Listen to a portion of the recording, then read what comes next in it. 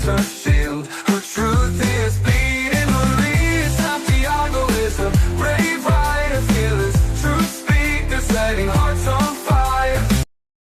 Alert! Millions facing homelessness trap. Govt's cruel crackdown exposed. Hey everyone.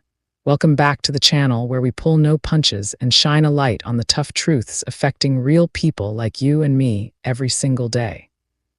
Today, we're diving deep into a crisis that's hitting millions of Americans right now in early 2026, a harsh reality where the government is making it harder than ever to survive if you're down on your luck. Imagine working hard your whole life, paying taxes that fund everything from roads to politicians' salaries, only to have the system turn against you when you need it most. That's exactly what's happening with new rules that basically make being homeless a crime, setting up what feels like an impossible trap for everyday folks.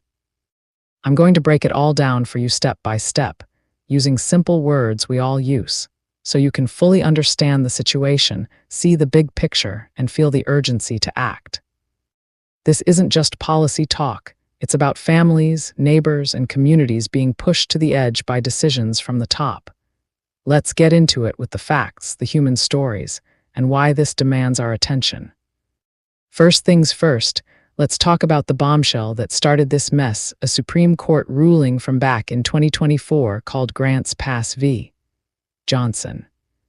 In plain terms, the court said it's okay for cities and states to ban people from sleeping or camping in public places, even if there's no shelter available for them. Before this, courts had protections in place, saying you couldn't punish someone for something they had no choice about, like sleeping outside when there's nowhere else to go. But now, with this decision, over 220 local governments across the country have jumped on board, passing laws that fine, ticket, or even arrest folks just for trying to rest on a sidewalk or in a park. Think about that for a second. If you're homeless because you lost your job, got hit with medical bills, or couldn't keep up with skyrocketing rent, suddenly surviving becomes illegal. No tent, no blanket, on a bench, nothing. It's like the government is saying, "We won't help you find a home, but we'll make sure you can't even exist without one." This ruling opened the door wide for more crackdowns, and boy, have leaders run through it. Now, fast forward to July 2025, when President Trump signed an executive order called Ending Crime and Disorder on America's Streets. Sounds innocent enough, right? Like it's about keeping things safe. But dig a little deeper, and you'll see it's a blueprint for punishing the poor instead of fixing the real problems. This order pushes states and cities to enforce bans on what they call urban camping, loitering, and squatting basically, any way homeless people try to stay alive outside. It prioritizes federal money, your tax dollars, for places that crack down hard, like sweeping away encampments with police and forcing people into treatment centers or institutions against their will. The order even ends support for Housing First programs, which are proven ways to get people stable homes without forcing them into treatment upfront. Instead, it shifts to mandatory programs where you have to jump through hoops like sobriety checks or mental health commitments just to get help. And get this, it encourages civil commitment, which is a fancy term for locking someone up in a facility if they're seen as a danger to themselves or others, even if they haven't committed a crime. Critics from groups like the ACLU and the National Alliance to End Homelessness are calling it out loud and clear. This isn't solving homelessness. It's hiding it by pushing vulnerable people into jails, hospitals, or out of sight. Let me make this real for you with some everyday examples. Picture a single mom in Hartford, Connecticut, maybe someone like you or a neighbor, Maria, who's been scraping by on a low-wage job. She misses a few rent payments because her hours got cut, and boom, she's evicted. With shelters full and affordable housing waitlists stretching for years, she ends up in her car or a tent with her kids. Under these new rules, local cops could show up, fine her hundreds of dollars she doesn't have, or even arrest her for camping in a public spot. If she has any mental health struggles from the stress, which is common, folks' authorities might force her into a treatment center far from her family, labeling it humane care. Meanwhile, her kids could end up in foster care. This isn't compassion, it's control. And it's happening nationwide in places like Tennessee, where they've already set up laws to criminalize the unhoused, or California, where Governor Newsom ordered encampment clears. Over 150 cities in 32 states have passed similar bans since the Supreme Court ruling, turning survival into a punishable offense. But here's where it gets even more insidious. This is all part of a bigger trap that stacks the deck against regular people. Remember those student loan wage garnishments we talked about before? Starting up again in 2026, the feds can take up to 15% of your paycheck for defaulted loans, no court needed. For millions, that means less money for rent, bills, or food. Mispayments. Eviction follows, and suddenly you're homeless. Then these anti-homeless laws kick in, scooping you up for fines, jail, or forced relocation to treatment centers or tent cities that sound more like detention camps than help. The government freeloads off our hard-earned money through taxes funding their salaries, perks, and programs. But when we need support, they work against us. They cut funding for real solutions like affordable housing or job training, while pouring billions into policing and institutions that don't fix the root causes. It's a system designed to trap civilians. Laws protect the powerful, but they're weaponized against us. Politicians pass rules that let them abuse power without consequence, while we can't fight back without risking everything. Think about the numbers to see how massive this is.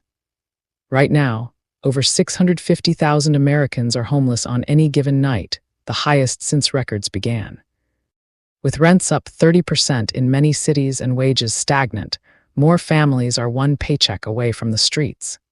Yet, instead of building more homes or raising the minimum wage, the focus is on punishment.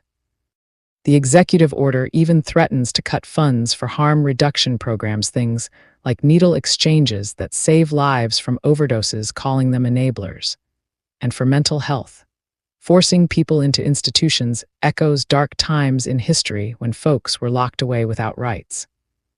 Advocates warn this could lead to more deaths, not fewer, because sweeping people away doesn't address why they're homeless in the first place, like lack of health care, veteran support, or escape from domestic violence.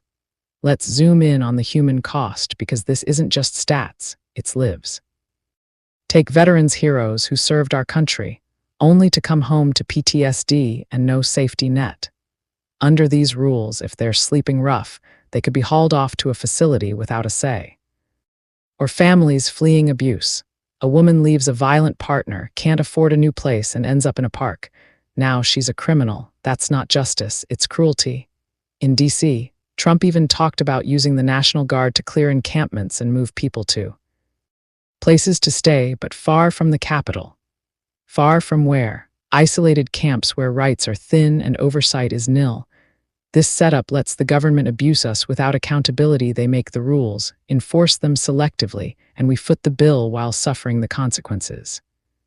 And don't get me started on how this ties into broader abuses. The system applies laws unevenly.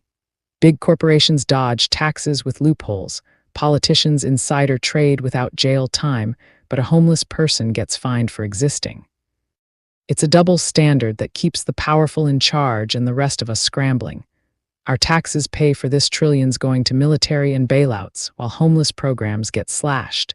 It's freeloading at its worst. Government takes our money, then uses it to build walls against us. We can't fight back easily because voting is suppressed, protests are met with force, and legal aid is underfunded. But knowledge is power. Understanding this trap is the first step to breaking it. So what can we do? Demand better from our leaders. Push for real fixes like rent controls, more affordable housing, and expanded mental health services without force. Join groups like the National Coalition for the Homeless or local advocates in Connecticut pushing back against these sweeps. Contact your reps in Hartford. That means folks like Senator Blumenthal or your state reps, and tell them to prioritize people over punishment. Vote in every election, support community mutual aid, and spread the word. This wake-up call is harsh, but it's a chance to fight for a system that works for all of us, not against us. Folks, this is the reality. Millions are facing a government trap that criminalizes survival while ignoring the causes. We deserve better, and together we can demand it. If this message spoke to you, even just a little, stay connected with me by following Your support truly matters more than you realize, and every moment you take to listen is deeply appreciated. Please leave a like on this video and share your thoughts in the comments after hearing the story.